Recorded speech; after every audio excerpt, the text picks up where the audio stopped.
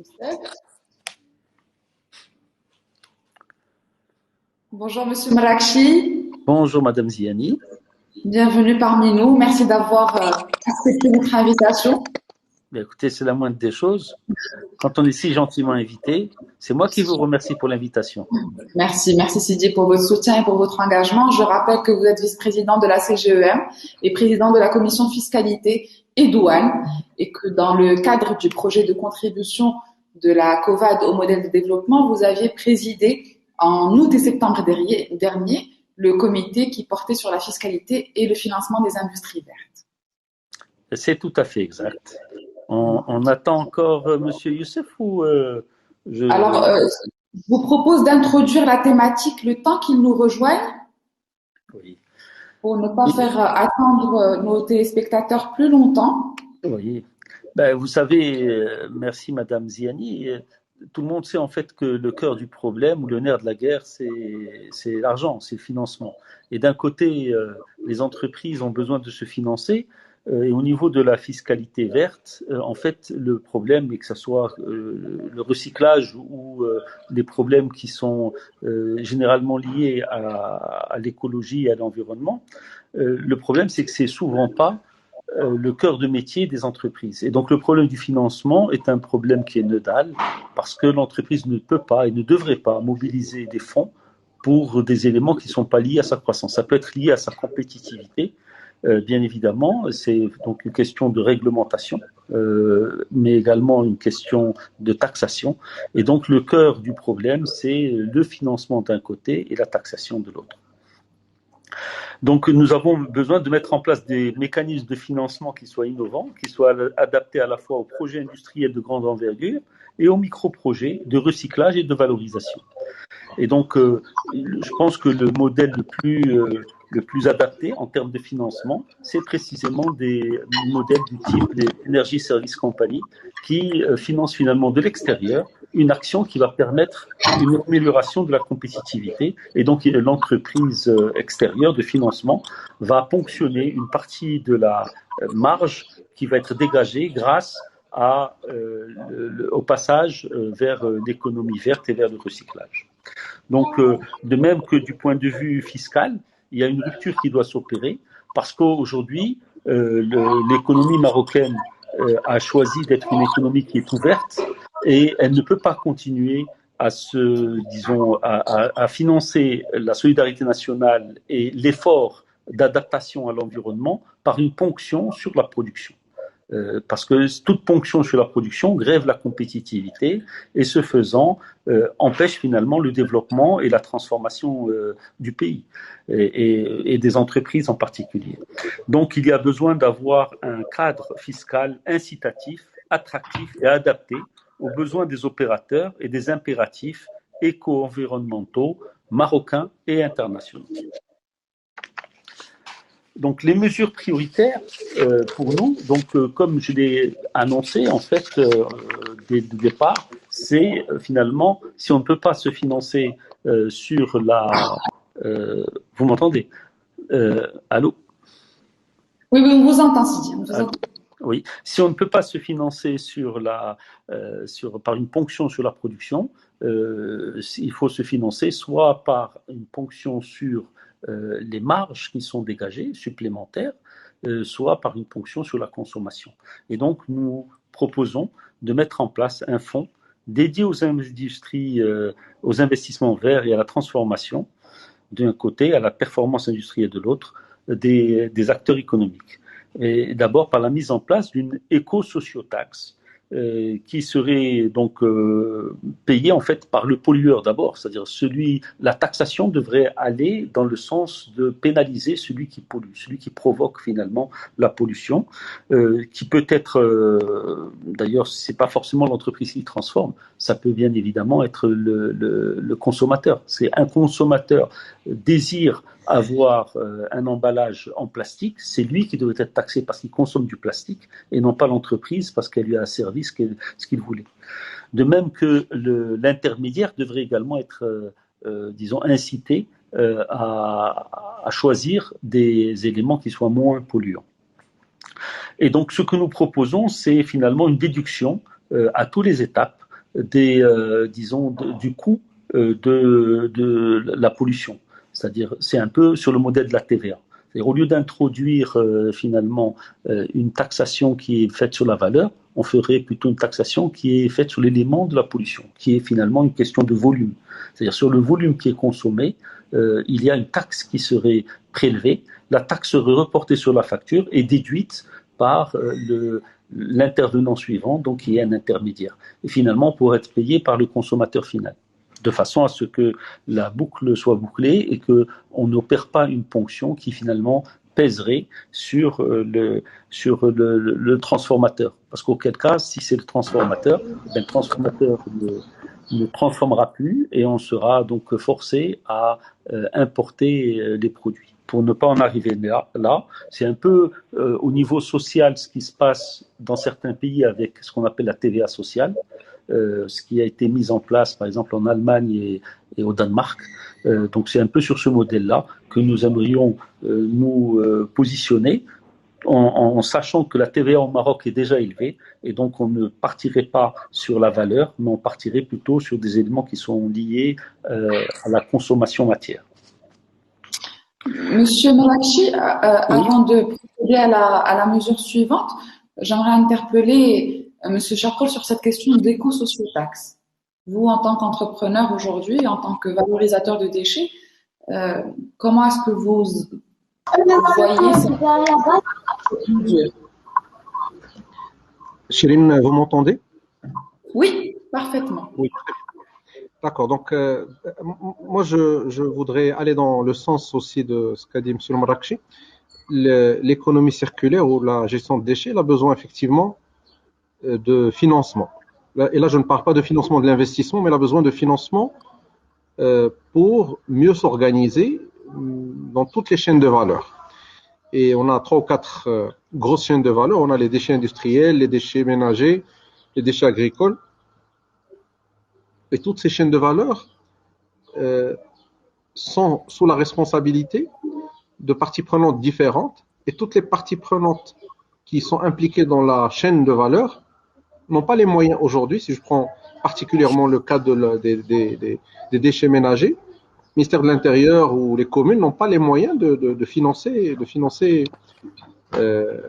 une chaîne de valeur au standard qui puisse permettre à une industrie du recyclage d'émerger de manière optimisée. Donc on a une coupure, on a une rupture de la chaîne de valeur à l'origine. Ce qui fait que toute incentive dans l'investissement au niveau industriel est des fois vaine et des fois ne marche pas de point de vue économique parce qu'on a un problème d'accès au gisement. Donc il faut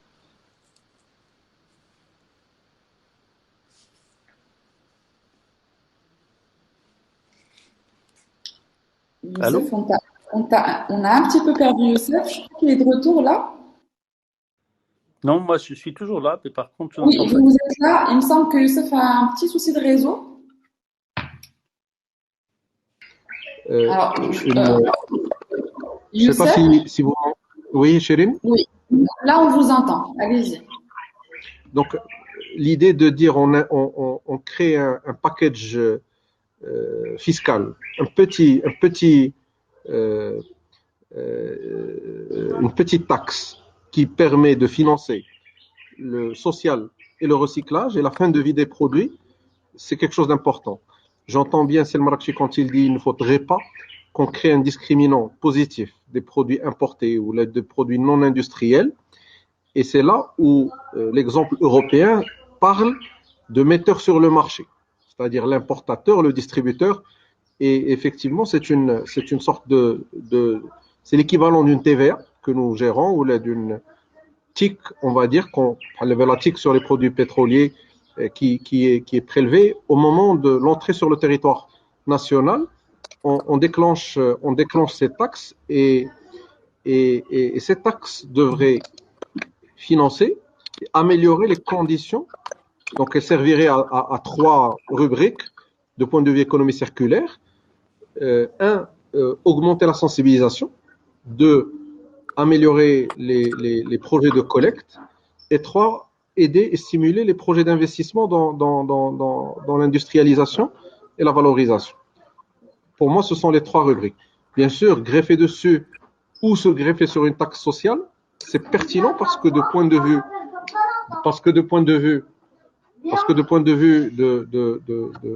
de l'acceptabilité, on irait plus vite parce que il y a une urgence sociale et on a besoin de financer si l'économie verte servait à upgrader socialement ou le package social national, ça serait extraordinaire. Chérine? Merci beaucoup, Youssef. Merci pour ces explications. Monsieur Marakchi, je vous laisse reprendre sur les recommandations. Oui, donc ça va tout à fait dans le sens, effectivement. Monsieur Charcot l'a parfaitement bien compris. Et effectivement, donc la taxe serait aussi bien payée par les importateurs à travers disons à la douane. C'est pas tout à fait des droits de douane, mais ce serait en fait une espèce d'empreinte sociale, une empreinte écologique, environnementale. Parce que finalement, un produit qui est transformé au Maroc laisse une empreinte sociale, c'est-à-dire qu'on paye des salaires. Il n'y a aucune raison pour que les salaires au Maroc soient taxés. Il y a une taxe également environnementale, puisque quelque part, on met en place une contrainte pour le transformateur local du point de vue de l'environnement. Cette même contrainte devrait être appliquée aux produits qui sont importés. Et donc là, il y aurait davantage d'équité et finalement, l'empreinte sociale serait la même pour un produit importé que pour un produit transformé localement. Et donc, par empreinte sociale, j'entends également empreinte environnementale. Et effectivement, comme l'a dit ici Youssef, il faut commencer petit, c'est-à-dire il faut tester le concept, commencer à une petite échelle et aller progressivement en l'élargissant. Je pense que au-delà de l'environnement, on parle aujourd'hui, Sa Majesté a demandé une généralisation des prestations sociales à l'ensemble des Marocains. Ça ne peut pas être fait par des ponctions sur la production. Donc c'est le même système. Je pense que du point de vue de l'environnement comme du point de vue de la société, nous formons une nation et donc il doit y avoir davantage d'entraide. Et le lien qui fait de nous finalement des Marocains, c'est d'abord des gens qui consomment au Maroc. Si nous travaillons également pour éventuellement exporter. Et nos produits à l'étranger sont taxés de la même manière que celles que nous proposons aujourd'hui. En tout cas, c'est le sens de l'évolution. Et les pays les plus compétitifs ne sont pas ceux qui freinent finalement la transformation sur leur pays. Je pense notamment à la Chine, qui au contraire donc encourage la transformation sur son sol.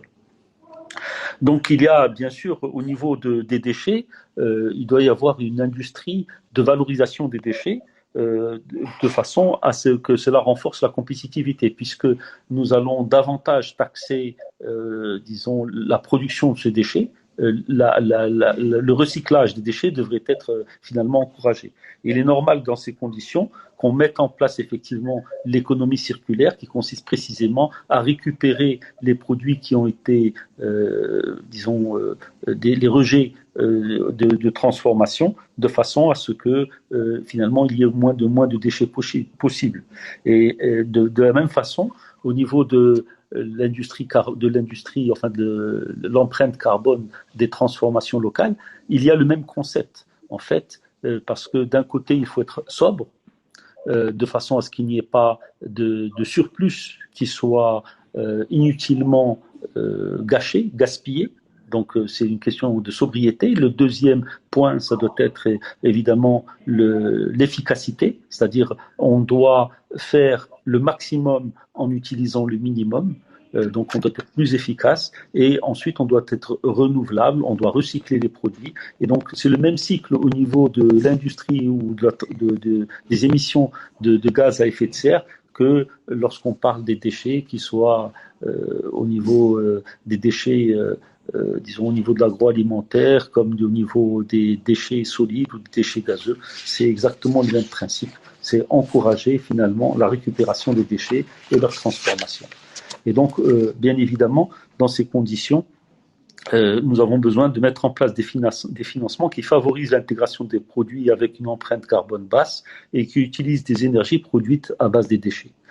La deuxième recommandation serait la mise en place de nouveaux instruments fiscaux, notamment un bonus TVA pour encourager la consommation des produits avec un taux de recyclage élevé ou un écolabel. Et bien évidemment, puisque on taxe le surplus de consommation lorsqu'il y a un recyclage, nous devrions avoir une TVA nulle sur les produits qui sont recyclés. Donc les matières récupérées et les déchets pour l'industrie devraient être non taxés de façon à ce qu'on encourage finalement le recyclage des déchets. Le cadre douanier, cela découle de ce que nous a dit tout à l'heure, le cadre douanier doit être incitatif et il doit finalement également faciliter l'importation des déchets qui sont valorisables. Pas des déchets qui devraient être enfouis au Maroc, mais des déchets qui ont un potentiel important au niveau industriel et cela nécessite évidemment un contrôle normatif et sécuritaire de façon à ce que nous ne soyons pas une poubelle pour disons, les industries étrangères, mais bien un centre de transformation des déchets. Donc, au niveau disons, de l'impôt sur le bénéfice, on parle à ce moment-là de l'IS. Donc, il doit y avoir davantage d'incitation à l'investissement dans ce domaine. Donc, le ministre des Finances n'encourage pas la création de niches fiscales, mais dans le domaine de l'environnement, c'est une industrie nouvelle qui est à créer, et donc des crédits d'impôt sur l'IS devraient ou pourraient être mis en place pour inciter davantage d'acteurs à investir dans ce domaine. De même que pour la recherche et le développement et la transition écologique, on parle à ce moment-là plutôt que d'un crédit d'impôt, d'une provision pour ce faire. Et enfin, on pourrait parler également ou appliquer le principe de la responsabilité élargie des producteurs en poussant les industriels à supporter une partie des charges de traitement, des tri, des déchets.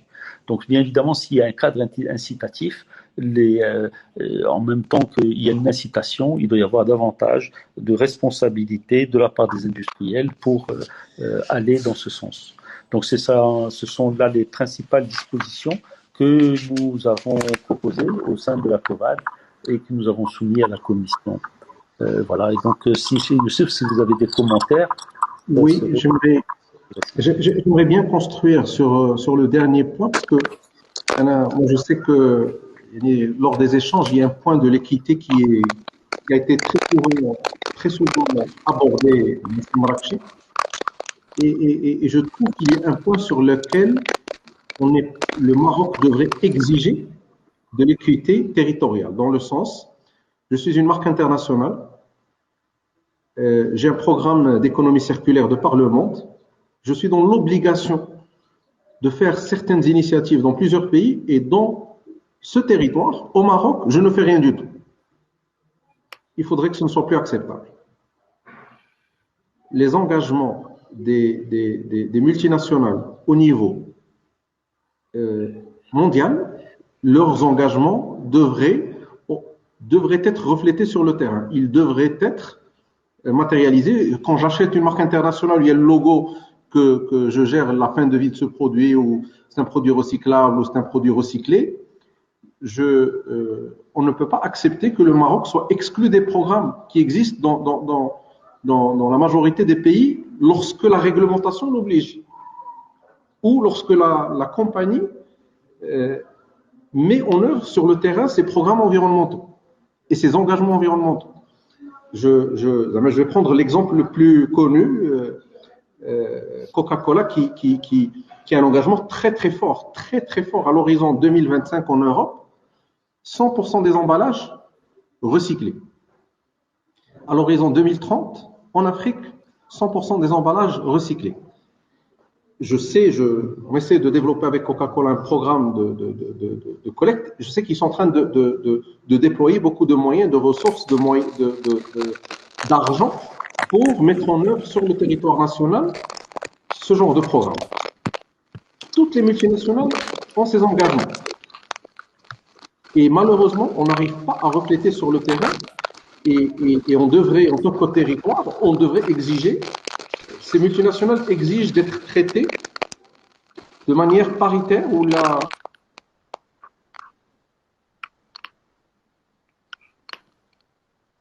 on devrait exiger, pardon, un traitement de la fin de vie de leurs produits et un traitement de leurs déchets qui soit paritaire, qui soit égalitaire par rapport à ce qui se passe dans d'autres territoires. On ne devrait plus l'accepter.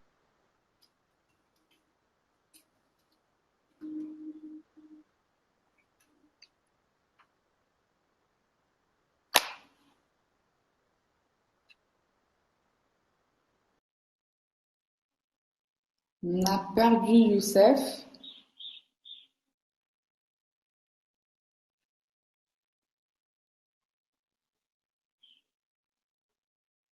Monsieur Mrakchi, votre micro est coupé. Je n'arrive pas à le... Ça marche? Oui, allez-y encore une fois. Bien. Donc, je pense que la question d'équité est une question qui est centrale. Monsieur Mrakchi, votre micro est toujours coupé. Ah.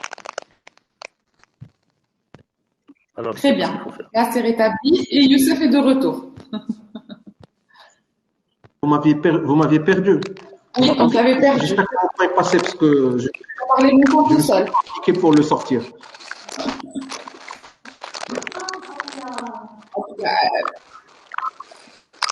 Vas-y. Pardon? Continue. Là, on t'a récupéré. Je te laisse finir sur le point est bien passé? Oui, le point est bien passé. Tu en étais arrivé à l'exemple de certaines marques FMCJ qui ont des engagements forts à l'horizon 2030, 2025 et 2030, et puis juste après, on t'a perdu. Par contre, là, ton micro est coupé. On a des multinationales. Ton micro est coupé, Youssef. Là, c'est bon, vous m'entendez? Je l'ai activé. Chez moi, il est actif. Youssef, ton micro est coupé. Alors,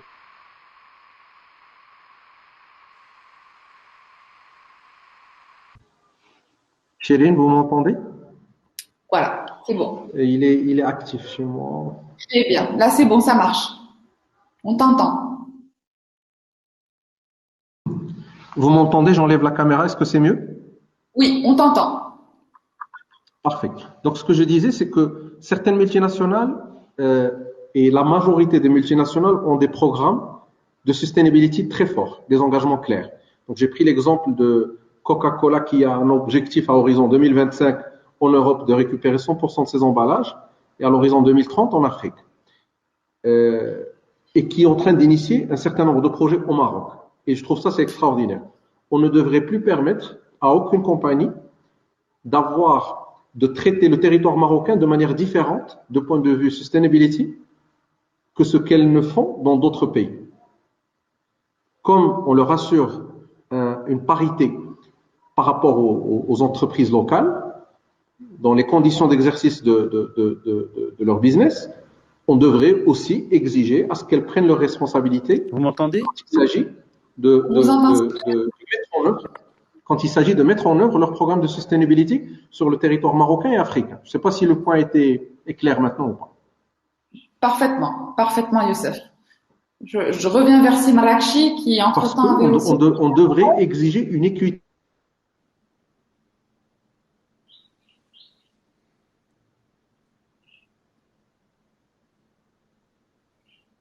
On a perdu Youssef.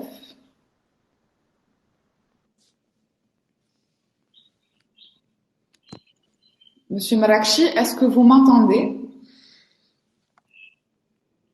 Parce que l'impact sur l'impact, il est global. C'est bon? Parfait, je vous ai tous les deux en ligne.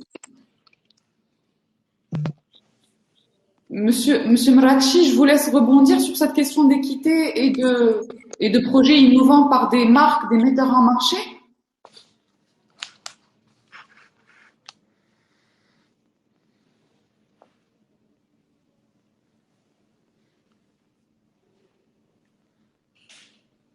Monsieur Mrakchi, est-ce que vous m'entendez? On a de réels problèmes de connexion, il me semble. Youssef, je sais pas si toi tu nous entends, enfin tu m'entends? Moi, je vous entends très bien. Je, je ne sais pas si Marrakech est-ce qu'il nous entend ou pas, mais en tout cas, ce point, moi, je voulais le faire passer parce que on devrait, euh, on ne demande pas grand-chose. On demande à ce que les marques traitent les territoires dans lesquels elles opèrent de manière équitable. Je ne peux pas opérer en Espagne d'une certaine manière et au Maroc d'une autre manière, avec un certain niveau de responsabilité en Espagne qui n'est pas le même que celui dans lequel j'opère au niveau du Maroc. Maintenant, Youssef, dans une approche aussi équitable, aussi enfin, pour la marque, est-ce que la marque, la manière avec laquelle elle opère dans un territoire européen, en France ou en Espagne, est-ce qu'elle a à sa disposition les mêmes conditions ici au Maroc? Ils n'ont qu'à l'exiger, mais de point de vue environnemental, les responsabilités sont uniques. Quand je et je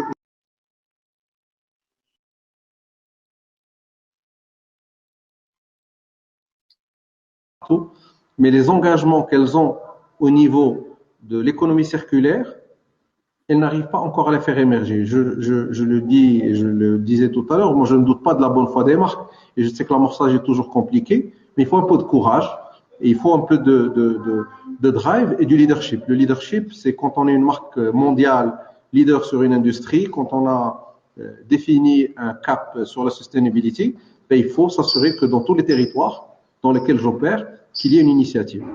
Je peux citer 10 exemples, si ce n'est pas le cas, où on devrait être à des niveaux d'implication plus importants.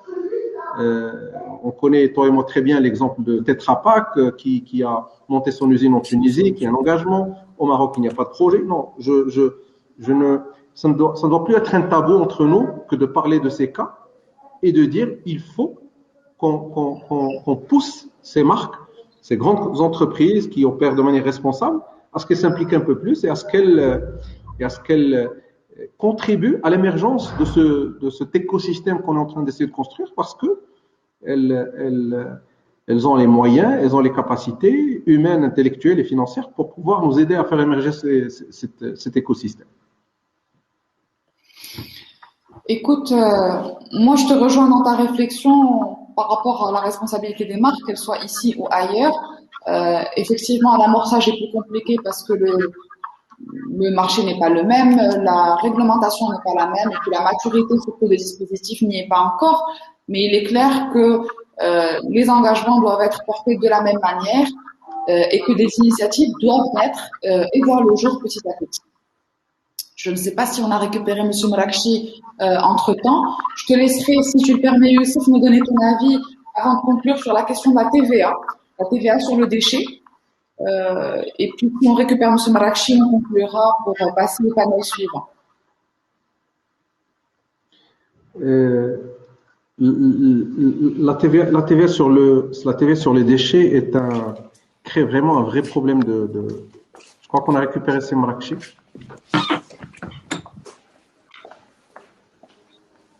Donc, je disais, la TVA sur les déchets crée un vrai problème de désavantage entre le formel et l'informel. Et le plus on enlève, et aujourd'hui, je crois qu'on s'est tous rendu compte lors de ce Covid du poids de l'économie informelle dans ce pays, et que il était dans l'intérêt de tout le monde de basculer vers une économie plus formelle, plus transparente, et enlever les éléments de discrimination entre le formel et l'informel, enlever tout ce qui donne un avantage concurrentiel à l'informel est une démarche positive pour notre écosystème. Et je crois que ce point sur la TVA est un point important parce que ceux qui ne paient pas la TVA arrivent à acheter de manière plus compétitive parce qu'elles vont revendre dans des filières hors TVA. Et donc, essayons de donner, on va dire, de donner les chances à l'économie formelle, compétitive sur cette industrie du recyclage et l'alignement sur la TVA à 0% peut être un des ingrédients essentiels à cette compétitivité.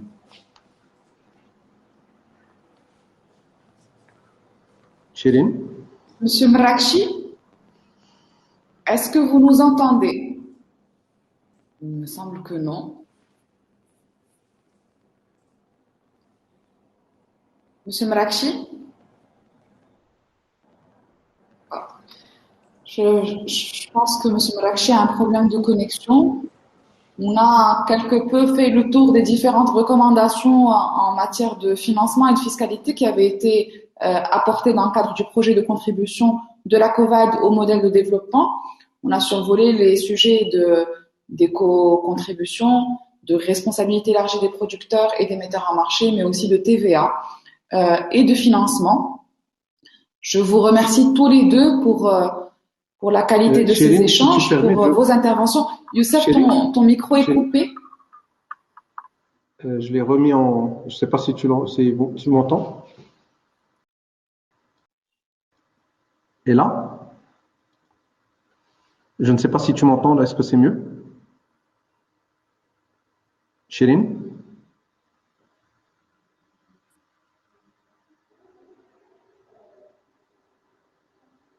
Youssef? Tu m'entends? Oui, je ne sais pas si tu m'entends, Chérine. Je t'entends et puis on me disait que en fait c'est moi qui t'entends pas mais que tout le monde t'entend. Donc vas-y. Ah, d'accord. Dans les questions, donc il y a quelques points. Donc je crois qu'il y a Monsieur Baudet qui dit la quasi-totalité des grands groupes industriels étrangers ont les mêmes concepts environnementaux au Maroc que dans les pays occidentaux. Donc je ne parle pas de la politique environnementale des usines. Je ne parle pas des politiques environnementales des usines. Je parle surtout de la responsabilité élargie des producteurs et des engagements à gérer la fin de vie des produits par les metteurs sur le marché.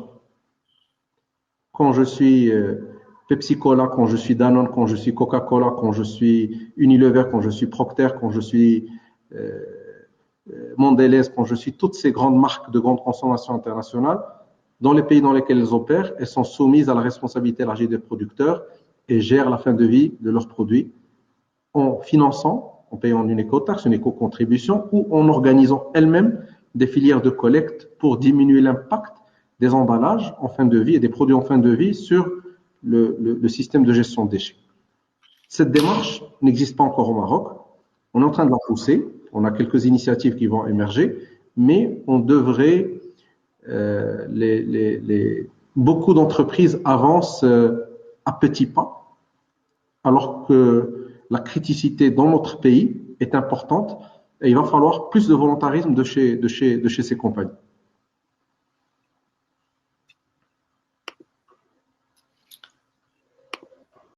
Monsieur Mrakchi, est-ce qu'on vous a en ligne?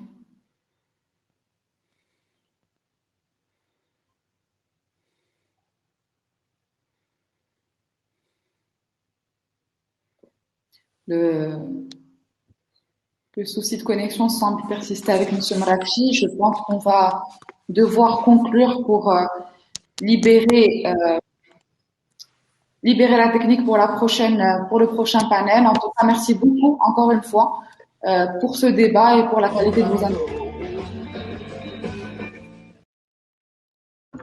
Monsieur Mrakchi. Excellent, Chérine, je te remercie aussi.